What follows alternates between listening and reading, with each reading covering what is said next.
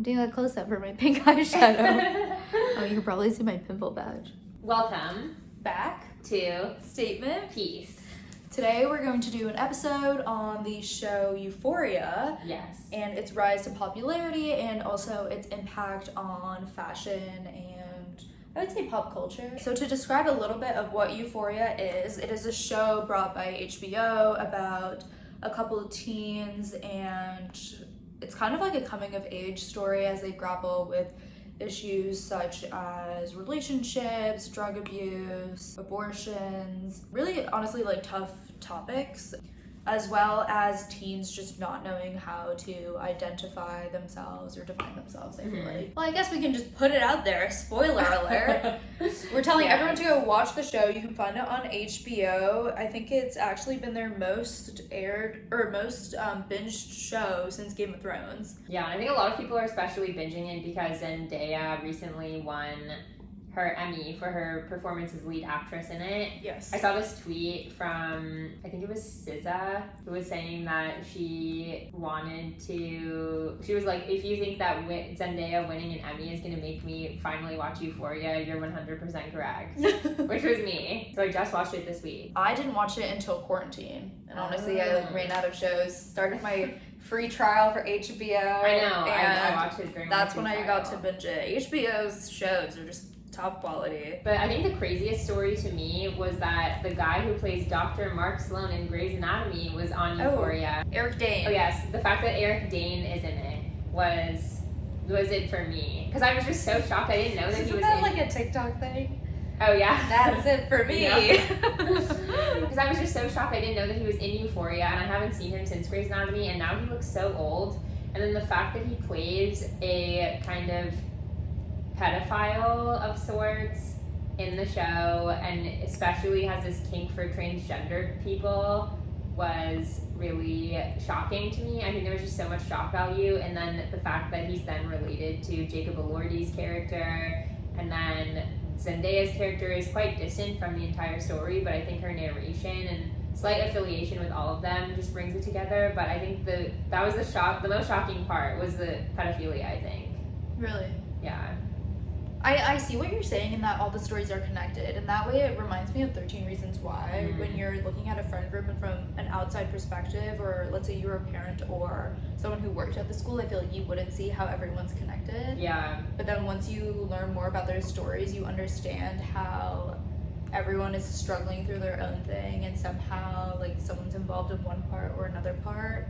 But I think that also goes to show like you could live in the same small town and have no idea what's going on. Yeah. Well, I think all of the really popular, especially HBO shows, are really popular because the nature of production is that it's always a slow unraveling of these stories to show how they're connected. Like Big Little Lies is like that too. I think in Euphoria, the allure is the shock value, just how crazy everything is. Well, I think it's not even just how crazy, but like how transparent things are, and the fact that they're all happening at one school. Like I even remember 13 Reasons Why. If you start watching, I think like the second or third season, you start to feel like it's a little unreal. Yeah. Like, along the same notion as Pretty Little Liars, like, I'm sorry, there aren't teenagers running around, like, murdering people. Yeah. Or being detectives or getting kidnapped and stuff like that all the time. And so, at that point, you know that it's just drama and it's unbelievable. Whereas Euphoria, I feel like there's a little bit of that, but somehow it still seems really real to me. Is that why you think it's so popular? Like, each character that is portrayed in the show, I think someone can identify with at least one part of one of the characters. Or they want to be like one of the characters. Yeah, I was just wondering why it's so good, because for me, I usually never like watching shows that have such explicit content because it makes me feel dark inside. But I feel like this show, I just kept wanting to watch it. So in a New York Times article called Euphoria Review, HBO raises the stakes on teenage transgression, sex and drugs, and more sex and drugs, but also some dark humor and tender romance and a complicated ensemble drama by Mike Hale, and it was published on June 14th, 2019. And one interesting point that I thought they brought up was that the writer of the show, Sam Levinson, wanted to make sure that he really showed the grit and not not glamorous side of being a teenager and figuring out who they are in a way that hadn't been done before. So it's not like this over dramatized, like Pretty Little Liars when like Shane Mitchell's character was coming out, like stuff like that. Yeah. But one thing that he brought up was that this whole concept of nudity, it was something that had never been seen on TV before, of so much male genitalia. And that was like the huge shock value for a lot of people, because there's that locker room scene where Jacob Elordi's character is sitting there trying to avoid like looking at everyone, and it's just that it's so explicit, right? And it's interesting because this New York Times article brings up the fact that it almost like makes up for the fact for all of the like female nudity in the show as well. So it's kind of like an equivalent balance, which I feel like in any other show, like when I think about other high school shows that may have been more radical for that time, like even Glee, at the time that it came out, I feel like you never really saw like an openly lesbian relationship where it was both femme characters. But even that, like, I mean, they didn't really have any nudity on the show at all. It was pretty conservative in that aspect. But in other shows, I know like you definitely see more of like female nudity versus male. And it's just not so openly seen in media in general. So that was really interesting to see, and I think definitely shocking to a lot of Americans, because I think like nudity on media is already like so bizarre here. I know. I'm surprised that I wonder what the regulations are on airing nudity. I guess you just have to advertise it as like 18 plus. A lot of Euphoria trends are really popular on TikTok, so I would think that a lot of high schoolers are watching it. But what was that stat that you found yesterday about their viewership? It's actually not true. So one of the statistics was that 2/3 of the viewers of Euphoria were from the age range of 18 to 34. But I think what you're saying in the context of you seeing it on TikTok, I think that may also be a product of quarantine. Because so many shows, I think, became popularized as well just because of different sound bites. There's a quote from Zendaya that says, "It's very important to us that the only teenagers watching it are 18 and older with parental guidance if you're any younger than that." Because I think she's very aware of the fact that her following is a lot of people who know her from Disney, but I think also that in itself is interesting because I think the people that know her from Disney are over 18 now. Levinson, the creator of the show, actually really wanted Zendaya to be on the cast, and apparently had her on his vision board and thought of it as like, oh, it would almost be like a Miley Cyrus like escape from the Disney character. If that makes sense. And I think that may also be another reason, is that she had such a dark role, and in the past she's only played these really, really light roles. And I think it just goes to show like the extent of her talent as an actress as well. She was really good. For those who don't know, she was the youngest drama actress winner. I think another thing is it brings up a lot of topics that may not be openly talked about in school, and a lot of topics that I honestly, like, it does seem like a really mature show. Like, I think half of these topics I would not have thought about as a high school student. Maybe that's just because I was naive and unaware, which is very true. Well, I think that's the only thing that was, to me, odd about the show is that I think do you think people actually do things like this in high school? I think only a certain subset of, like, very explicit people do. Yeah. I mean, that's us speaking from our own experiences, where I feel like we both came from pretty sheltered backgrounds, especially when we were younger. Topics like, drug abuse and stuff, it definitely happens in high school students. And I'm sure, like, everything else does too. Maybe that's what the show is trying to do, to expose that these things do happen. Yeah, I guess it's true. One thing that I found was interesting is that they're really, really comfortable with with the fluidity of all of their sexualities, and it's never something that's questioned or seen as controversial, which I think in shows like Glee or Pretty Little Liars, sexuality was seen as something very controversial, and questioning it and coming into that as a part of one's identity was a big part of the narrative. But I think Euphoria really normalized it. Yeah, because I think even the fact that they had Hunter Schafer's character, who's transgender in real life and in the show, was really interesting, because I think a lot of shows like Duke, my best friend, who don't know, he always says that he doesn't like how a lot of gay characters in media, it's basically their whole personality is the fact that they're gay. And they don't have any other traits or character development. But in Euphoria, almost all of them are queer to some extent or questioning it, and they have much more substance to their personality. It's not just that they're seen as this token gay character. I think you're so right in that in the show, like, the things that they couldn't control were not their identity. a lot of topics that it brings up, I feel like are commonly receive a lot of judgment, but I think these characters almost warm up those really harsh topics. Yeah, and they make treat them them normally. It was normalized. It's very normalized. Okay, so what do you think about the cinematography? I think that's also something that's very unique in Euphoria. Yes, because it was so well done. Yeah. Like, I don't know if you remember the scene where Rue was like spinning. Yeah, so for those who don't know, there's this scene where in Euphoria where the whole room is spinning and it's supposed to emulate the experience of being on the drugs that Rue was on at the time. And the way that they did it is they basically glued everything to the floor and they had a large machine spinning. And then the people themselves were also positioned in a way that they would be able to hold on even as it was spinning. That was crazy. The cinematography was similar to Glee in this way, in that when there's two people coming at each other, it's not like it'll shift from one camera to another angle. It's that they'll spin it really fast. I was just about to say that. I think the show, the way it's filmed is so dynamic and so like rushed, and then you have like blurry moments and really clear moments. And I almost feel like it's a way to show the frantic nature and how things are moving so fast as a teenager that it's almost like things are always going on all the time and we're always rushing around, and my mind is full of like all these ideas that it never stands still. Like even when you're seeing someone in the hallway, it's just such a big deal, you know? Yeah. I think that it was definitely a team effort to be able to put together this whole production, which I think is why people praise it and it's critically acclaimed. Okay, shall we move to the fashion and beauty of Euphoria? All right, let's move through the transition of analyzing each character and their fashion. Should we start with Jacob Elordi? I'm curious to know your thoughts because I think he was the least poignant fashion-wise. But maybe it was purposeful because they wanted to show how insecure he was with his own masculinity to the point that he minimized any kind of fashion statements because he would see it as too flamboyant. So Jacob Elordi's character Is Nate Jacob. Exactly. The way he dressed is any guy in high school who doesn't know how to dress. They all kind of follow the same sort of recipe. Sweatshirt, jeans, track pants, especially if they're an athlete. I think you're right in the sense that he still hasn't figured out his identity, and honestly I feel like for a lot of guys, they haven't figured it out in high school yet. They have to go and live like the rest of their life to figure out what is their identity, how do they want to portray themselves outwardly to the world.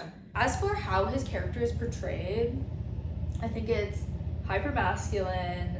Like he has it's very stereotypical. Yes, very stereotypical American athlete in high school. Yeah. Who would be quote unquote the popular guy. Same energy as what's his name, Karofsky in Glee.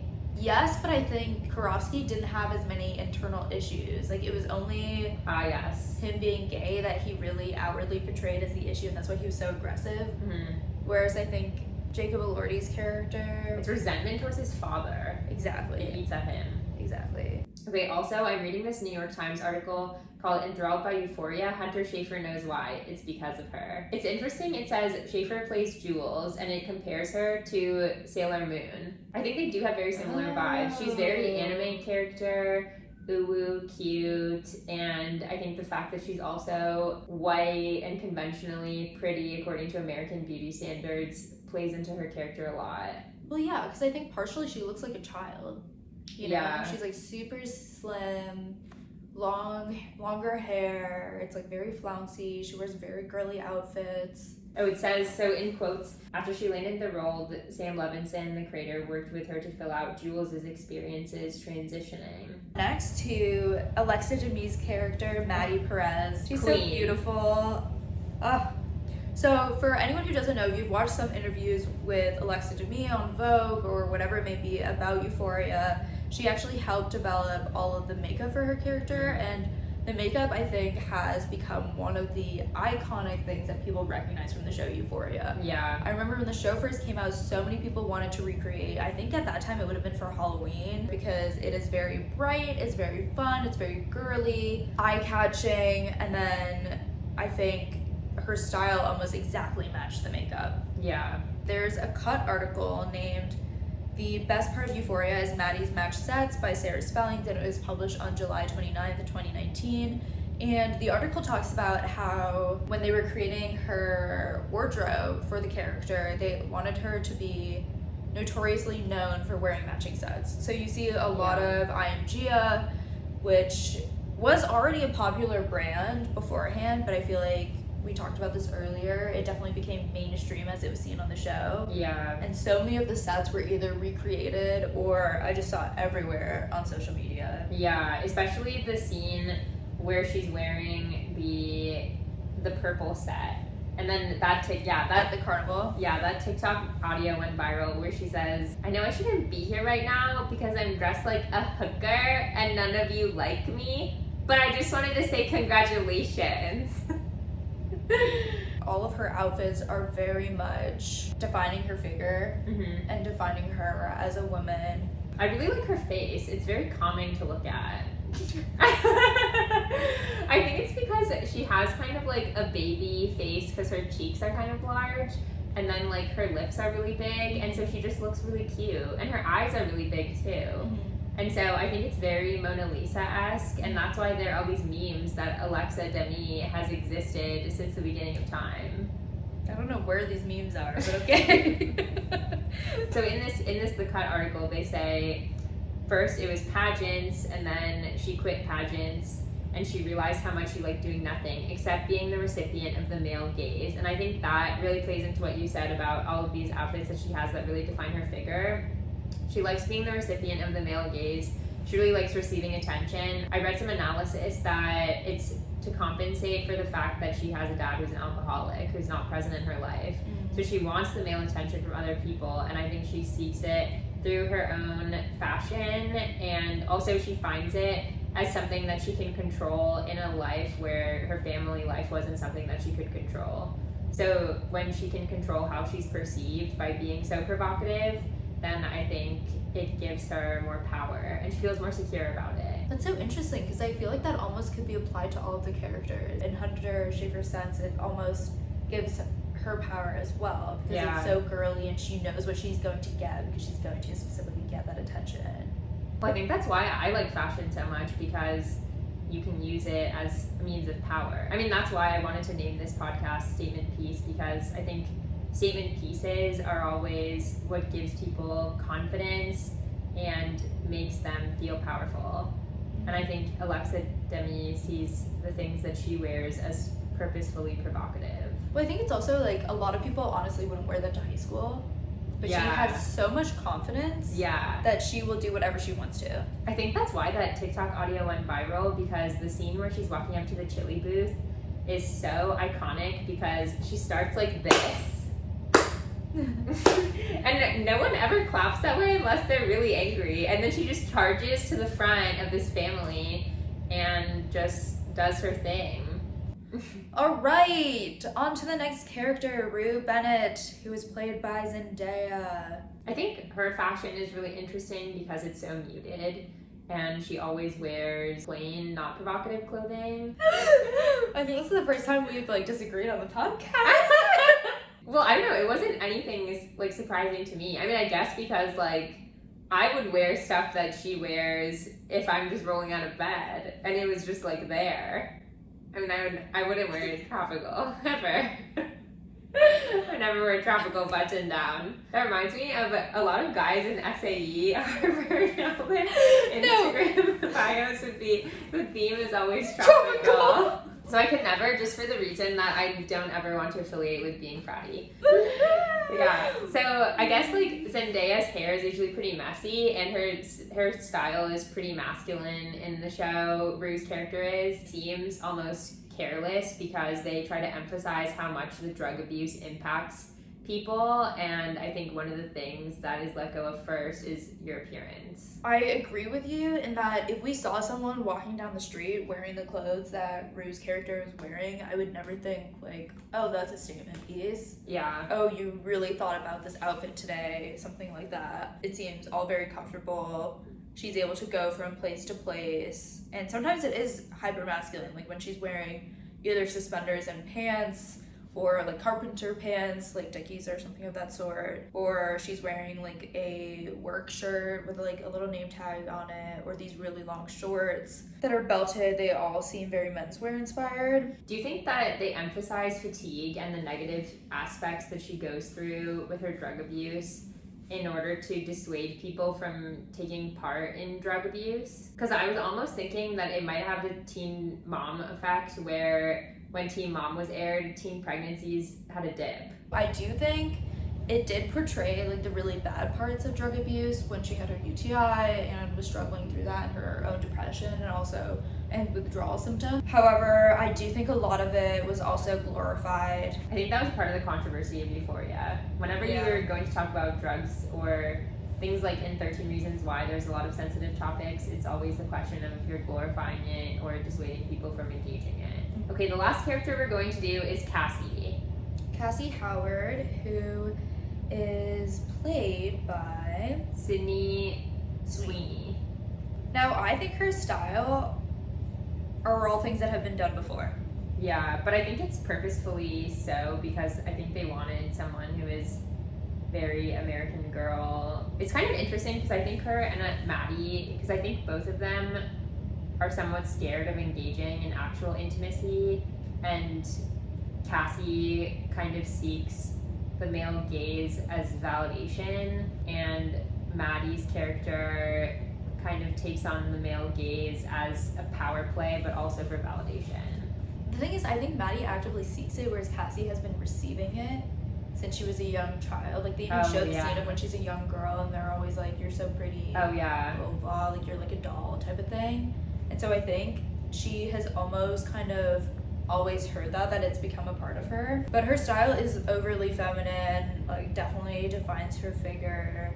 I also think they include a lot of trendy items that I've seen on influencers or YouTubers in the past couple of years. It's interesting because her makeup looks like what you're saying are very American.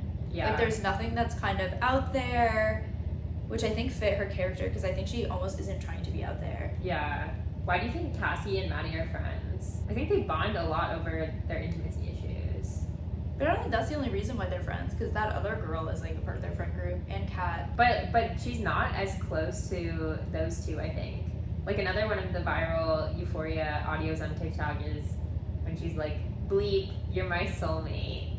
Well, I think it's because they both know they're like two very attractive girls in their high school who are in the popular group. That's true. And know how to kind of conduct themselves and take control of the situation if they need to. Mm. Okay, so the last character that we're going to talk about, we're not including the entire cast, but more so I feel like the main characters who are known for their fashion or beauty on the show is Kat Hernandez, who's played by Barbie Ferreira. Well, I think initially, I mean, obviously she's the character whose fashion changes the most throughout the show. Mm-hmm.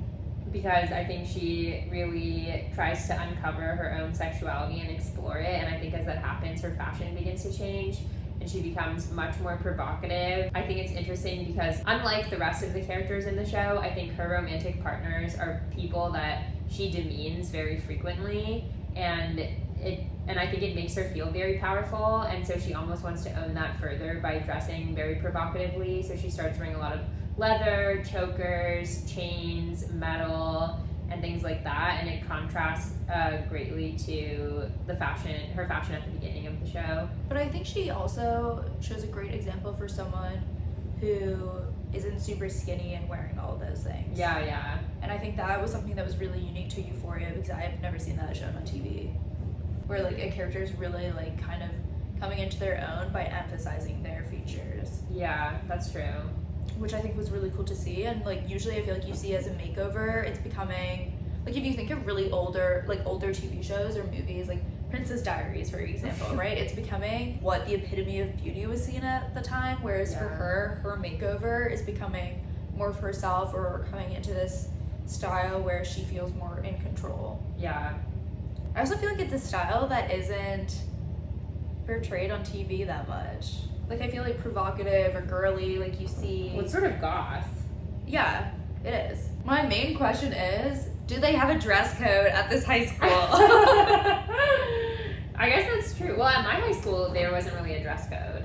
I mean, obviously, I think if you came to school wearing, like, IMG sets, then they might be dress coded. Because also it's California. Like, people wear crop tops and shorts all the time. Can't relate. Anywho, what do you think the lasting influence is of Euphoria on the fashion industry and style in general? The lasting impact of Euphoria, on fashion, I don't think it'll have too much of an impact on fashion per se, but I think on makeup, people are more inclined to take part in rave culture makeup because I think then they're like, oh, I'm doing the Euphoria look today, and suddenly there's a mainstream tone to being very eccentric with makeup. And then I think in terms of pop culture, Euphoria will impact it because things like drug abuse and sexuality are more normalized. And I think especially younger viewers who grow up watching shows like that, because we have like a core group of shows that you can remember growing up with, right? And I think Euphoria is going to be one of those for the generation below us. And so then they'll grow up thinking, oh, in media, sexuality doesn't have to be, drug abuse doesn't necessarily have to be a big dramatic thing either. And so I think especially for them, it'll be very formative in pop culture. Yeah, no, definitely. I think it also opens the doors for more shows where they're explicitly showing things. It's not just talking about it, I feel like I think about that with 13 Reasons Why. Like, why watching it was just so shocking was because it was really showing it, and I feel like Euphoria does the same. As for fashion, I'm excited to see the other seasons because I really just think it's not a lasting impression, it's more so trend setting. Yeah.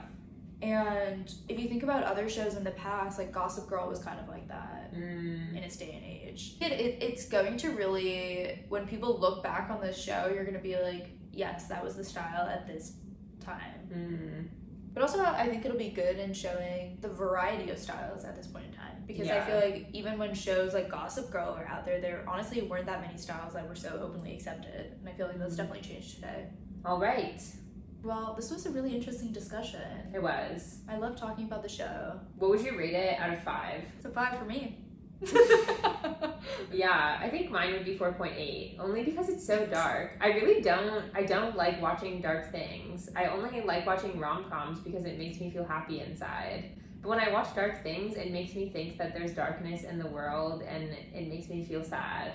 There's darkness in the world. I know, but isn't TV supposed to be an escape from that? But I feel like that's what it's no longer becoming, is that we're not going to pretend like the world is like this glorified place anymore. But I feel like you're a light, sunny soul. Once me and Catherine went on a road trip and she played Taylor Swift, Ariana Grande. Who else did you play? You can expose me that I listen to Taylor Swift. I listened to it on the walk here. I feel like that's like openly accepted nowadays. She's a white feminist regardless. But Catherine really is a ray of sunshine. You are very, very positive. So I feel like it makes sense why you wouldn't want to keep on watching shows where it only shows the negative parts of people's lives. And I feel like at the end of the show, it doesn't really show, like the one problem is it doesn't show that they've solved it or figured it out in any way. Yeah. But I think that's also the reality of life, is that you still live with these things. It's also a cliffhanger. Yeah. Great show. Cinematography is great. Obviously very, very well produced. Amazing cast. I'm interested to see if they bring on new characters in season 2. Yeah. All right. Well, that's all, everyone.